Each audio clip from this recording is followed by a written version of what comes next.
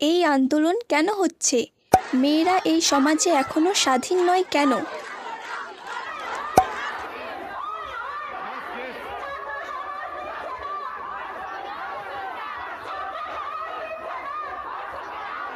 মৌমিতাদি second ইয়ারে doctor হওয়ার স্বপ্ন নিয়ে গিয়েছিল কলেজে। 10 বছরের বেশি সময় লাগে ইন্ডিয়াতে ডক্টর হওয়ার জন্য।